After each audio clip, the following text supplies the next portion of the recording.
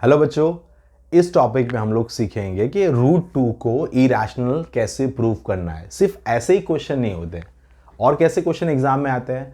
Prove that root two is irrational, root three is irrational, root five या root seven is irrational. कभी कभी ऐसे भी question आ जाते हैं one upon root two is irrational, right, या फिर वन अपॉन रूट थ्री, या फिर ऐसे क्वेश्चन आ जाते हैं three plus two root two is irrational, right. तो ये ऐसे क्वेश्चन बहुत ही इंपॉर्टेंट है एग्जाम पॉइंट ऑफ व्यू के लिए। पर ये टॉपिक मैं आपको पढ़ाऊं उससे पहले एक चीज बताना चाहता हूं। चलिए बताइए, 6 का स्क्वायर क्या होता है? 6 का स्क्वायर होता है 36, राइट। ओके, और एक प्राइम नंबर ले लीजिए 3। चलो मैंने ले लिया 3। अब बताइए, क्या 3 जो है वो 36 को डिवाइड कर सकता है? यस, 36 डिवाइड बाई 3, 3 1 जा 3, 6 नीचे आ गया, 3 2 जा 6, राइट। 3 जो है 36 को डिवाइड कर सकता है, ठीक है। तो 3 36 के स्क्वायर रूट को भी डिवाइड करेगा, 36 के स्क्वायर रूट को भी डिवाइड करेगा। 36 का स्क्वायर रूट क्या होगा? 6। देखिए 6 3 से डिवाइड होता है कि नहीं? 3 2 जा 6, ठीक है। तो ये इसे मैं समझाना चाहूंगा कि अगर कोई प्राइम नंबर किसी स्क्वायर को डिवाइड कर रहा है, अगर कोई प्राइम नंबर किसी स्क्वायर को डिवाइड कर रहा है तो वही प्राइम नंबर उसके स्क्वायर रूट को भी डिवाइड करेगा। क्या कहना चाहता हूं मैं? If A divides P square, right, A कोई प्राइम नंबर है, वो पी स्क्वायर को मतलब किसी स्क्वायर नंबर को डिवाइड कर रहा है, तो if a divides p square then a divides p। अगर a p स्क्वायर को डिवाइड कर रहा है तो a p को भी डिवाइड करेगा, मतलब उस स्क्वायर के रूट को भी डिवाइड करेगा। जैसे कि यहां पे देखिए 3 डिवाइड कर रहा है 36 को, ठीक है। तो उसका जो स्क्वायर रूट है, उसका जो स्क्वायर रूट है 36 का स्क्वायर रूट क्या होता है? 6। उसको भी 3 डिवाइड करेगा, ठीक है। अब डिवाइड करेगा का मतलब क्या है? चलो 36 को कैसे 3 डिवाइड करता है? 36 को मैं ऐसे लिख सकता हूं 3 इंटू 12। आप देख रहे हैं कि 36 कैसे बना है? 3 से और 12 के प्रोडक्ट से, ठीक है। आगे 12 के और भी प्राइम फैक्टर्स हो सकते हैं, पर मैं बताना चाहता हूं 36 कैसे बना है? 3 और 12 के प्रोडक्ट से। तो क्या मैं ऐसा कह सकता हूं 36 डिवाइड हो सकता है 3 से? देखें 36 डिवाइड बाई 3 इक्वल्स टू 12। हां, या फिर मैं ऐसा भी बोल सकता हूं 36 डिवाइड हो सकता है 12 से, तो आंसर 3 आएगा। देखिए 36 कैसे बना था? 3 इंटू 12, तो 36 3 से भी डिवाइड हो सकता है, 36 12 से भी डिवाइड हो सकता है। इसका मतलब यह हुआ, अगर मैं ये केस लूं 36 3 से डिवाइड हो रहा है, 36 3 से डिवाइड हो रहा है, तो 36 के अंदर कहीं ना कहीं 3 का फैक्टर होगा, 3 होगा, 3 एज अ फैक्टर होगा। 36 के अंदर 3 एज अ फैक्टर होगा। कैसे? देखिए 36 आप लिखो 12 इंटू 3, उसको डिवाइड करना है 3 से, ये हुआ डिवाइड, 3 3 कट। तो ये नंबर डिनोमिनेटर से कब डिवाइड होगा? जब उसके अंदर न्यूमरेटर के फैक्टर के अंदर डिनोमिनेटर हो, ठीक है। न्यूमरेटर के फैक्टर के अंदर डिनोमिनेटर हो। ये छोटी सी बात हो गई। If a divides p square then a divides p, ठीक है। मतलब a अगर p स्क्वायर को डिवाइड कर रहा है तो a डिवाइड करेगा p को। जैसे कि मैंने एग्जांपल लिया 36 कैसे बनता है? 3 और 12 से, तो 3 36 को डिवाइड कर सकता है। हां, 3 अगर 36 को डिवाइड करेगा तो आंसर 12 आ जाएगा। मतलब 36 के अंदर 3 है, 3 एज अ फैक्टर है, ठीक है। अब आ जाता है इस क्वेश्चन पे, prove that root 2 is irrational.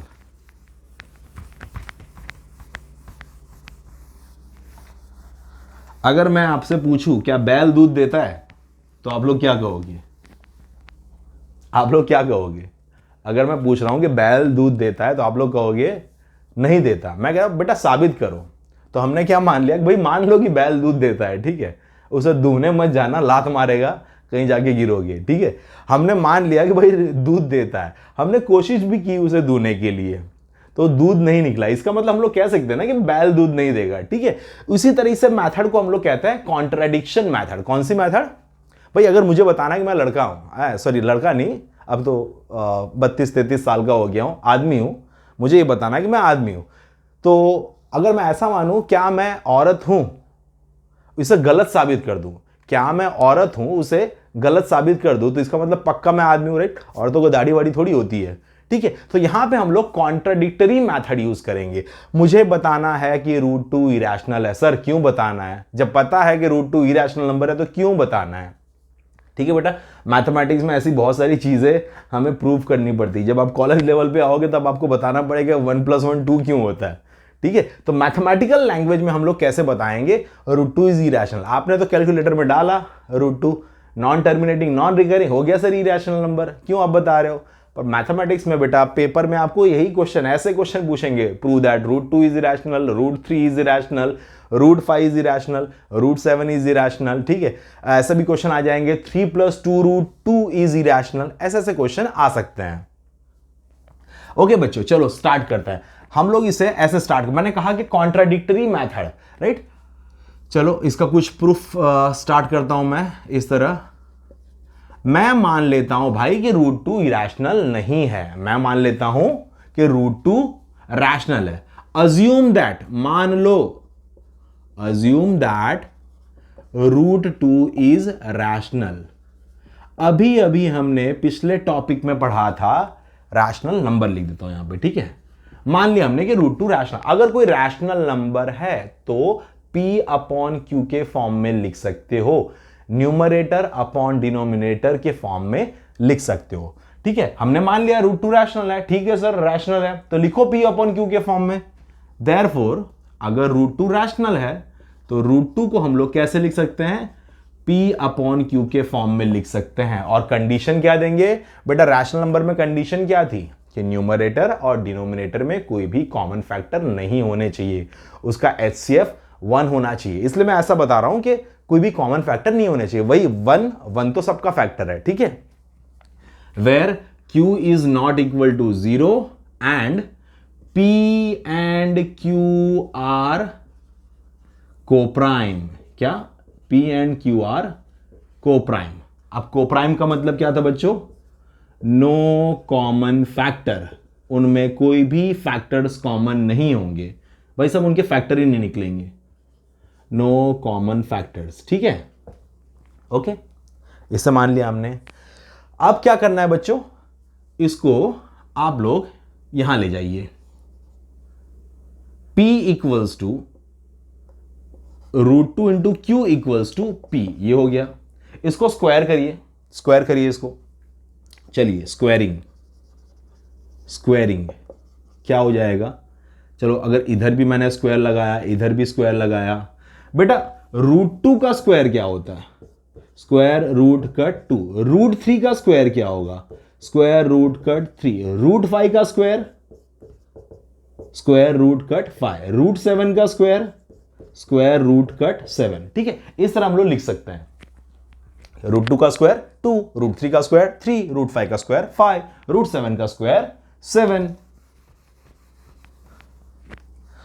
अगर यहां पे मैंने दोनों तरफ स्क्वायर किया तो बेटा √2 का स्क्वायर क्या होगा? 2 होगा। Q का स्क्वायर क्या होगा? Q स्क्वायर होगा। √2 और Q आपस में मल्टीप्लाई हो रहा है, तो यहां पे 2 और Q स्क्वायर भी आपस में मल्टीप्लाई हो रहे हैं, ठीक है, इक्वल्स टू P स्क्वायर। मैंने आपको कहा 2 और Q स्क्वायर आपस में मल्टीप्लाई हो रहे हैं, ठीक है, ध्यान से सुनिएगा। 2 और Q स्क्वायर आपस में मल्टीप्लाई हो रहे हैं और उनका आंसर क्या आ रहा है बेटा? P स्क्वायर आ रहा है। उनका आंसर क्या आ रहा है? P स्क्वायर आ रहा है। जैसे कि 2 × 3 क्या आ रहा है? 6 आ रहा है। तो मैं कह सकता हूं कि 2 डिवाइड कर सकता है 6 को, है ना? 2 डिवाइड कर सकता है 6 को। क्यों सर? क्योंकि 6 के अंदर 2 का फैक्टर आता है, ठीक है। यहां पे देखिए 2 मल्टीप्लाई हो रहा है Q स्क्वायर से, तो P स्क्वायर आ रहा है। इसका मतलब मैं कह सकता हूं ना कि P स्क्वायर डिवाइड हो सकता है 2 से, P स्क्वायर डिवाइड हो सकता है 2 से, ठीक है। यहां पे मल्टीप्लाई हो रहा था Q स्क्वायर के साथ, मैंने दूसरी तरफ भेजा तो 2 डिनोमिनेटर में चला जाएगा और P स्क्वायर को डिवाइड करेगा। P square divide by 2 equals to Q square. जैसे कि यहां पे देखो बच्चों, 6 के नीचे अगर 2 भेज दूंगा मैं तो आंसर क्या आएगा, 3 आएगा ना। इसका मतलब 2 डिवाइड कर सकता है 6 को, वैसे 2 उस तरफ भेज दिया हमने तो 2 डिवाइड कर सकता है पी स्क्वायर को। जस्ट मैंने अभी आपको बताया था कि अगर कोई प्राइम नंबर किसी स्क्वायर को डिवाइड कर रहा है, अगर कोई प्राइम नंबर किसी स्क्वायर को डिवाइड कर रहा है तो वही प्राइम नंबर उसके स्क्वायर रूट को डिवाइड करेगा। यहां पे एक स्टेप लिख देते हैं, चलिए यहां पे एक पॉइंट डालना भूल गया मैं, इसे पॉइंट नंबर 1 डाल दो। और यहां पे देखिए 2 डिवाइड कर रहा है पी स्क्वायर को। If 2 divides P square then 2 divides उसका स्क्वायर रूट, पी स्क्वायर का स्क्वायर रूट क्या होगा, पी होगा, डिवाइड्स पी। अब भाई साहब 2 कब डिवाइड करेगा पी को, 2 कब डिवाइड करेगा 6 को, जब 6 के फैक्टर्स निकालेंगे और उसमें 2 होगा। ठीक है, देखो यहां पे ध्यान से 6 लिखा मैंने, कब ये डिवाइड होगा 2 से, कब ये डिवाइड होगा, जब 6 के फैक्टर्स के अंदर 2 आएगा। हाँ भाई आ गया, ये हो गया डिवाइड। ठीक है, इसे मिटा देता हूं क्योंकि स्पेस की जरूरत पड़ेगी बहुत। ये क्वेश्चन थोड़ा लंबा है, बार बार इसे प्रैक्टिस करिएगा, 3-4 बार देखिए, 3-4 बार लिखिए, खुद से ट्राई करिए, ठीक है, तो ही कर पाओगे। If 2 divides P square then 2 divides P, 2 divide कर रहा है पी स्क्वायर को तो 2 डिवाइड करेगा पी को। पी को कब डिवाइड करेगा 2, जब पी के अंदर 2 एक फैक्टर होगा। देयरफॉर लेट हम लोग लेते हैं, ऐसा मान लेते हैं कि P के अंदर 2 इंटू समथिंग समथिंग होगा तो ही वो डिवाइड करेगा। जैसे कि 36 हमने देखा था अभी 6 में 2 इंटू 3 तब जाके 6 बना था। ठीक है, तो उसी तरह यहां पे P के अंदर 2 एक फैक्टर होना चाहिए। चलो 2 इंटू ए मान लेता हूं, P के अंदर 2 का फैक्टर आ गया तो P 2 से डिवाइड होगा। ये पॉइंट नंबर 2 बोल दो। अब क्या करना है हमें, ये 2 को 1 में सब्स्टिट्यूट कर देना है। ठीक है, 2 को 1 में सब्स्टिट्यूट कर देना है। Put 2 in 1। भाई साहब अब ये यहां पे रखोगे तो क्या होगा, देखिए ये क्या था, ये स्टेटमेंट कौन सी थी, 2q square equals to P square. इसके अंदर हमने क्या डाला, p के बदले डाल देना है 2a, p के बदले क्या डाल देना है 2a। 2q square equals to p के बदले डाल देना है 2a। अब चलिए क्या हो गया, 2q square equals to 4a square. ठीक है, अब क्या करिए, ये 2 को वहां पे भेज दीजिए दूसरी तरफ। यहां पे मल्टीप्लाई हो रहा है q स्क्वायर से, दूसरी तरफ जाएगा तो डिवाइड हो जाएगा। q स्क्वायर इक्वल्स टू, एक काम करते हैं ना, 4 को इधर ले लेते हैं, इधर ले लीजिए, 2q square upon 4 equals to a square. ऐसा क्यों किया, देखिए पहले वाले केस में मैंने पी स्क्वायर के नीचे 2 को डाला, तो अब मैं क्या करूंगा, ट्राई करूंगा कि क्यू स्क्वायर के नीचे 2 आ जाए। पी स्क्वायर के नीचे 2 आ गया, अब मैं ट्राई करूंगा कि क्यू स्क्वायर के नीचे 2 आ जाए। देखिए यहां पे 2 1 जा 2 2 जा, ओके। अब देखिए बच्चों, क्यू स्क्वायर जब डिवाइड हो रहा है 2 से तो क्या आ रहा है, ए स्क्वायर आ रहा है। इसका मतलब 2 डिवाइड कर रहा है क्यू स्क्वायर को। वापिस वही स्टेटमेंट, इफ 2 डिवाइड्स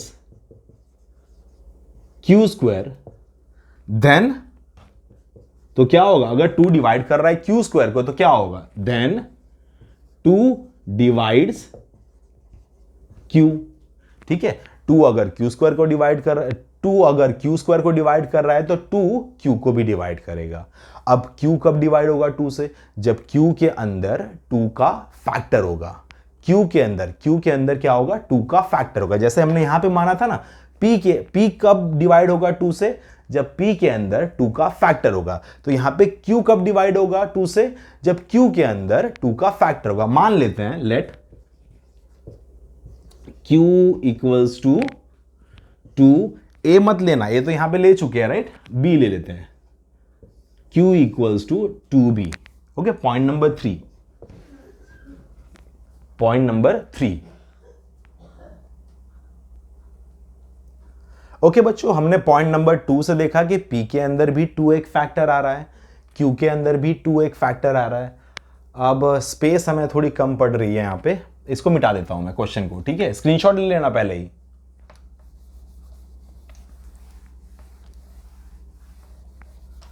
बच्चों from point 2 and 3, from 2 and 3, बेटा 2 और 3 में आपको क्या दिखाई दे रहा है? P के अंदर भी 2 आ रहा है, P इक्वल्स टू 2 इंटू ए, और Q के अंदर भी 2 आ रहा है, Q इक्वल्स टू 2 इंटू ए। बेटा पर हमने स्टार्टिंग में क्या अज्यूम किया था? 2 इंटू, सॉरी यहां पे B आ गया, B होना चाहिए 2 इंटू बी। ओके, P के अंदर 2 इंटू ए, Q के अंदर 2 इंटू बी। हमने स्टार्टिंग में बच्चों क्या अज्यूम किया था कि P और Q कैसे होने चाहिए? कोप्राइम होने चाहिए। P और Q के बीच में कोई भी फैक्टर कॉमन नहीं होना चाहिए। पर जब देखा जाए 2 और 3 को, तो बेटा क्या निकल रहा है? P के अंदर भी 2 आ रहा है और Q के अंदर भी 2 आ रहा है, राइट? फ्रॉम 2 and 3 हम लोग क्या कह सकते हैं? P and Q have 2 as a common factor। अरे बाप रे, ये तो गड़बड़ हो गई ना। हमने स्टार्टिंग में क्या अज्यूम किया था कि P और Q कैसे होने चाहिए थे? कोप्राइम होने चाहिए थे, कोई भी कॉमन फैक्टर नहीं होने चाहिए थे। ये हमने क्यों अज्यूम किया था? क्योंकि हमने ये माना था कि √2 रैशनल है, राइट? और यहां पे तो कॉमन फैक्टर आ रहा है, P और Q के बीच में 2 कॉमन फैक्टर आ रहा है, ठीक है? तो हमने कुछ ना कुछ गड़बड़ की होगी। हमने जो अजम्पशन किया था, जो माना था कि √2 इज रैशनल, वो गलत माना था। हमने क्या माना था? कि √2 रैशनल। तो ही तो ये गड़बड़ हुई ना। यहां पे हमने कहा है कि P और Q कोप्राइम होने चाहिए, और जबकि यहां पे P और Q के बीच में 2 कॉमन फैक्टर आ रहा है, राइट? कोप्राइम मतलब नो कॉमन फैक्टर, पर यहां पे तो कॉमन फैक्टर निकल के आ रहा है, ठीक है? तो विच contradicts our assumption, which contradicts our assumption. हमने जो माना था कि P और Q कोप्राइम होना चाहिए, यहां पे गड़बड़ हो रही है। यहां पे P और Q के बीच में कॉमन फैक्टर निकल के आ रहा है, मतलब हमने जो अज्यूम किया था वो गलत अज्यूम किया था। इसलिए मैंने यहां पे ये स्टेटमेंट लिखी है, विच कॉन्ट्राडिक्ट्स अवर अजम्पशन, मतलब हमने जो माना था उसके विपरीत ये चीजें हो जा रही है, ठीक है? देयरफॉर क्या लिखोगे? हमारा अजम्पशन गलत है, अवर अजम्पशन इज इनकरेक्ट। और लास्ट में आप लोग क्या लिखोगे बच्चों? लास्ट में आप लिखोगे therefore √2 is rational, √2 is rational. ये लास्ट स्टेटमेंट आप लिखना है, ठीक है बच्चों? आई होप आपको यहां तक, सॉरी हमें क्या लिखना है? √2, हमने तो अजम्पशन हमारा था कि √2 इज रैशनल, ठीक है? √2 इज रैशनल, ये हमारा अजम्पशन था और हमने उसे गलत साबित कर दिया। तो हम लोग क्या लिखेंगे? हम लोग लिखेंगे कि √2 इज इरैशनल, ठीक है बच्चों? आई होप आपको वीडियो को बार बार रिपीट करके देख लेना, 2-3 बार इसे प्रैक्टिस करना, तो ही आपको समझ में आएगा। अब हम लोग और क्वेश्चन करेंगे। चलो बच्चों, एक और क्वेश्चन देखते हैं। यहां पर हमें प्रूव करना है कि √3 इज इरैशनल। तो मैं सबसे पहले क्या अज्यूम कर लूंगा? मैं सबसे पहले हम लोग कॉन्ट्राडिक्टरी मेथड यूज करेंगे, ठीक है? कि भाई मुझे बताना है कि √3 इरैशनल। मैं उल्टा मान के चलूं, मान लो कि √3 रैशनल है, ठीक है? ऐसा मान लेते हैं, assume that √3 is rational।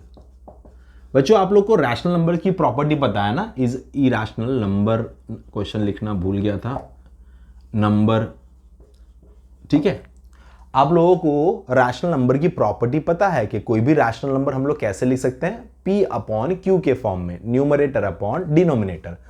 तो हम लोग इसे कैसे लिखेंगे? लेट √3 इक्वल्स टू P/Q, जिसमें डिनोमिनेटर 0 नहीं होना चाहिए। P एंड Q कैसे होने चाहिए? इंटीजर्स होने चाहिए। ये नहीं भी लिखोगे तो भी चलेगा। और सबसे इंपॉर्टेंट पॉइंट ये मत भूलना, P and Q are coprime. Coprime का मीनिंग मैंने आपको बता दिया है कि P और Q के बीच में कोई भी कॉमन फैक्टर नहीं होने चाहिए। दोनों का HCF कितना होना चाहिए, 1 होना चाहिए। ठीक है, अब चलिए Q को इस तरफ ले लेते हैं, यहां डिवाइड हो रहा है, लेफ्ट साइड पे आके मल्टीप्लाई हो जाएगा। Therefore √3 into Q equals to P। अब हम लोग क्या करेंगे बच्चों, स्क्वायर करेंगे, दोनों तरफ स्क्वायर ले लेंगे, squaring both the sides, squaring both the sides, दोनों तरफ हम लोग स्क्वायर ले लेते हैं, बोथ द साइड्स। क्या हो जाएगा बच्चों, चलिए स्क्वायर लेते हैं। √3 का स्क्वायर 3, Q का स्क्वायर Q स्क्वायर और P का स्क्वायर P स्क्वायर। अब ध्यान से देखिए बच्चों, ये 3 यहां पे मल्टीप्लाई हो रहा है, उस तरफ भेजूंगा मैं, ट्रांसपोजिशन मेथड जिसे कहते हैं, दूसरी तरफ ले जाएंगे तो क्या होगा, Q square equals to P square upon 3।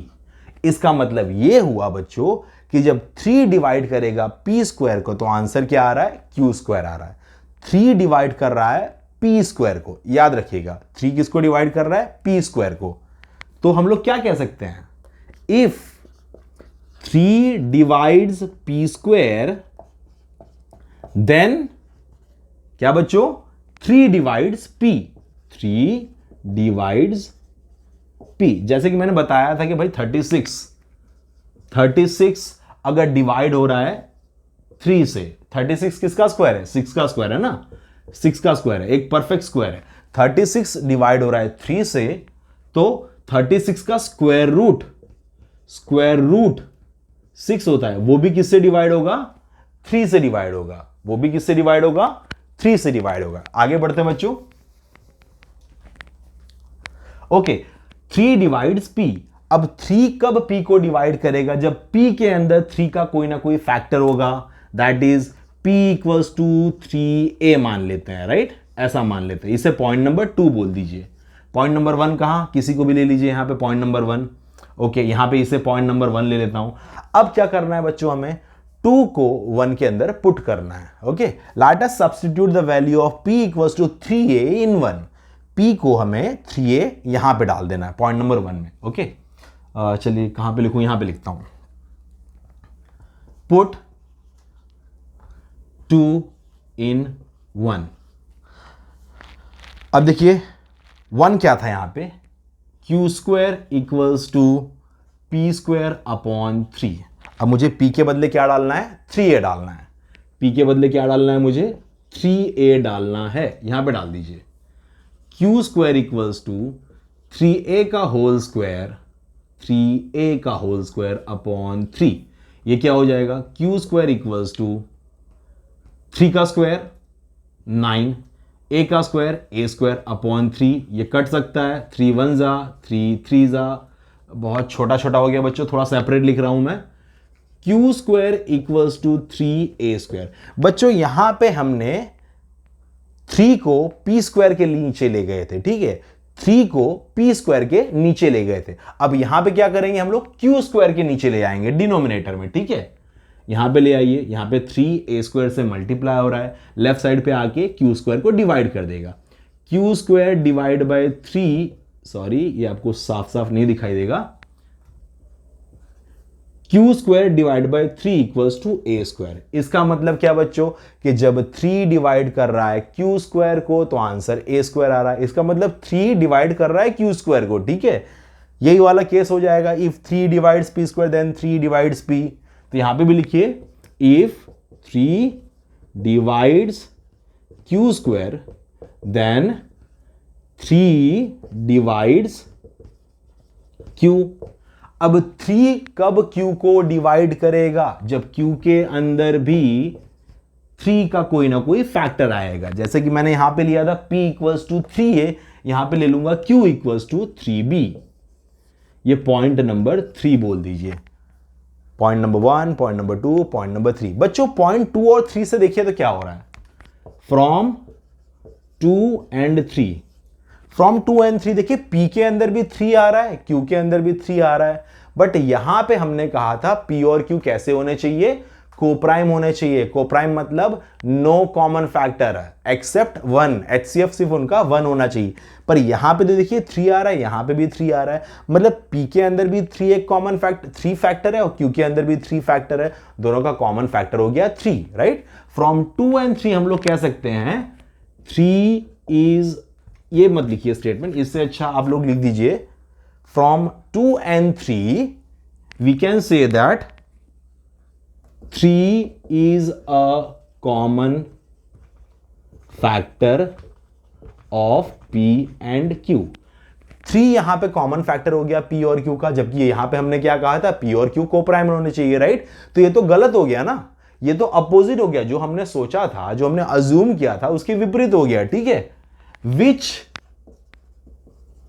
कॉन्ट्राडिक्स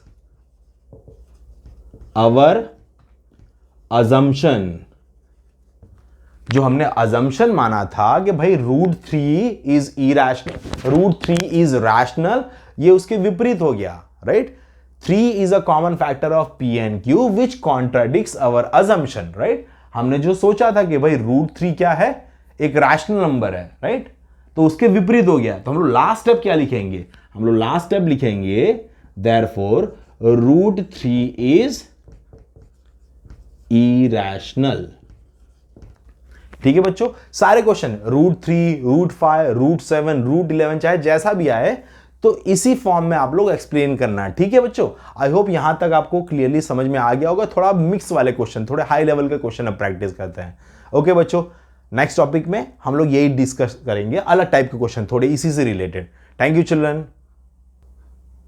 okay बच्चों, चलो अगले टाइप का एक क्वेश्चन देखते हैं कि 1/√2, अगर ऐसा क्वेश्चन आ गया कि 1/√2 को मुझे बताना है कि वो इरेशनल नंबर है, तो कैसे मैं करूंगा। वही सेम मेथड, सेम प्रोसीजर सब में फॉलो करेंगे, ठीक है। प्रूफ स्टार्ट करते हैं। Assume that 1/√2 is rational number, ठीक है। हमने मान लिया कि 1/√2 क्या है, एक रैशनल नंबर है। तो 1/√2 को हम लोग कैसे लिख सकते हैं, P/Q के फॉर्म में, जहां पे Q 0 नहीं होना चाहिए। P and Q कैसे होने चाहिए, कोप्राइम होने चाहिए। कोप्राइम का मतलब मैंने बताया है कि उनमें कोई भी कॉमन फैक्टर नहीं होना चाहिए, ठीक है। P और Q के बीच में कोई भी कॉमन फैक्टर नहीं होना चाहिए। अब ऐसे क्वेश्चन को आप कैसे सॉल्व करोगे, आप रेसिप्रोकल ले सकते हो या तो फिर आप क्रॉस मल्टीप्लाई कर सकते हो। रेसिप्रोकल लेने के बाद आपको क्रॉस मल्टीप्लाई करना ही पड़ेगा, इससे अच्छा पहले से क्रॉस मल्टीप्लाई कर लेते हैं। Q × 1 हो जाएगा, √2 × P हो जाएगा। तो Q = √2P। अब नेक्स्ट स्टेप क्या था, squaring both the sides. Squaring, दोनों तरफ हम लोग स्क्वायर कर देते हैं, ठीक है। Q² इधर भी स्क्वायर करिए और इधर भी स्क्वायर करिए। Q² = 2P²। ओके, 2 यहां पे नीचे लीजिए। Q² / 2 = P²। इसका मतलब क्या, 2 divides Q², therefore 2 divides Q। 2 Q को कब डिवाइड करेगा, जब Q के अंदर 2 का कोई ना कोई कॉमन एक फैक्टर होगा। Q के अंदर 2 का एक फैक्टर होगा। इसे पॉइंट नंबर 2 दे दीजिए और इसे पॉइंट नंबर 1 दे दीजिए। पुट 2 in 1, आप 2 को 1 में पुट करो। 1 क्या था, 1 था Q² / 2 = P², ठीक है। अब Q की वैल्यू 2a डाल दीजिए, 2a का होल स्क्वायर / 2 = P²। अब क्या हो जाएगा, 4a² / 2 = P²। 2 1s are 2 2s are, क्या बचा, 2a² = P²। 2 को उधर ले जाइए, a² = P² / 2। अब इसके हेल्प से आप क्या कह सकते हो, 2 divides P², therefore 2 divides P। भाई 2 अगर P² को डिवाइड करेगा तो 2 P को भी डिवाइड करेगा, तो P के अंदर 2 का कोई ना कोई फैक्टर होना चाहिए। therefore P = 2B। ये पॉइंट नंबर 3 हो गया, ठीक है। पॉइंट नंबर 2 देखिए, पॉइंट नंबर 3 देखिए, दोनों के अंदर 2 कॉमन फैक्टर आ रहा है, which contradicts our assumption that 1/√2 is rational। From 2 and 3 it contradicts our assumption। भाई क्यों कॉन्ट्राडिक्ट कर रहा है, क्यों कॉन्ट्राडिक्ट कर रहा है ये हमारे अजम्पशन को। देखिए पॉइंट 2 में भी लिखा गया है Q = 2 है, 0.3 में भी लिखा गया है p इक्वल्स टू 2b। ठीक है, तो p और q कोप्राइम होने चाहिए थे, जबकि यहां पे 2 2 दोनों कॉमन फैक्टर आ रहा है। ये तो हमारे अजम्पशन के अपोजिट में हो गया ना, कि हमने माना था p और q कोप्राइम होना चाहिए, जबकि यहां पे उल्टा कॉमन फैक्टर निकल के आ रहा है। तो लास्ट में क्या लिखोगे, देयरफॉर 1/√2 इज इरैशनल नंबर।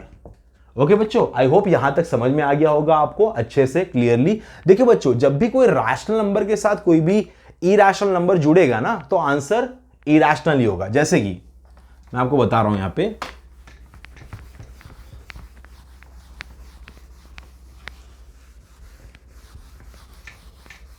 ये देखिए यहां पर आपको पता है √3 कैसा है, इरैशनल। अभी हमने जस्ट प्रूफ किया था उसका। ठीक है, √3 इरैशनल नंबर है। अगर इसमें कोई मैं रैशनल नंबर ऐड करूंगा तो क्या बन जाएगा, ये भी इरैशनल नंबर बन जाएगा। √5 क्या है, इरैशनल नंबर है। इसमें कोई नंबर मैं मल्टीप्लाई कर रहा हूं, रैशनल नंबर में मल्टीप्लाई कर रहा हूं, रैशनल नंबर इरैशनल के साथ मल्टीप्लाई होके भी इरैशनल बन गया। ठीक है, अब √7 इरैशनल है, इसको मैंने 2 से डिवाइड किया तो ये result irrational number rational number से डिवाइड हो रहा है, तो भी आंसर क्या हो जा रहा है, इरैशनल नंबर हो जा रहा है। ठीक है बच्चों, यहां पे प्लस हो या माइनस हो, ऐसे भी क्वेश्चन आ जाते हैं कभी कभी। ठीक है, एक एग्जांपल ले लेते हैं ऐसे टाइप का क्वेश्चन का। प्रूव दैट 3 प्लस मैं ले लेता हूं 5√2 is irrational number. Same procedure हमारा, सेम मेथड होगा। प्रूफ स्टार्ट करते हैं हम लोग। अज्यूम दैट इसको एक नंबर ही मान लेता हूं ना मैं, 3 + 5√2 रैशनल नंबर ही मानना है मुझे। ठीक है, मैं अज्यूम कर रहा हूं उल्टा, मुझे क्या प्रूव करना है, इरैशनल प्रूव करना है, और मैं उल्टा मान के चल रहा हूं। अज्यूम दैट 3 + 5√2 ये एक रैशनल नंबर है। मैं बोल देता हूं x। 3 + 5√2 equals to x is a rational number. ठीक है, मैंने क्या मान लिया, 3 + 5√2 एक रैशनल नंबर है। उस रैशनल नंबर की वैल्यू कितनी बोल दी, x। अगर ये नहीं समझ में आ रहा तो कुछ बच्चे ऐसे भी ले लेते हैं, 3 + 5√2 इक्वल्स टू p/q। रैशनल है, इस तरफ रैशनल है। अब आप जानते हो कि 3 रैशनल है, 3 को उस तरफ ले जाओ, 5√2 equals to p/q - 3 is also rational. ठीक है, यहां पे एलसीएम लोगे आप, जो भी करोगे। ओके, यहां पे एलसीएम ले लेते हैं। चलिए, q से मल्टीप्लाई, क्या हो गया, 5√2 इक्वल्स टू p - 3q/q। ये भी रैशनल होगा। यहां पे 5 मल्टीप्लाई हो रहा है, 5 एक रैशनल नंबर है, ये उस तरफ भेजोगे तो जाके डिवाइड हो जाएगा।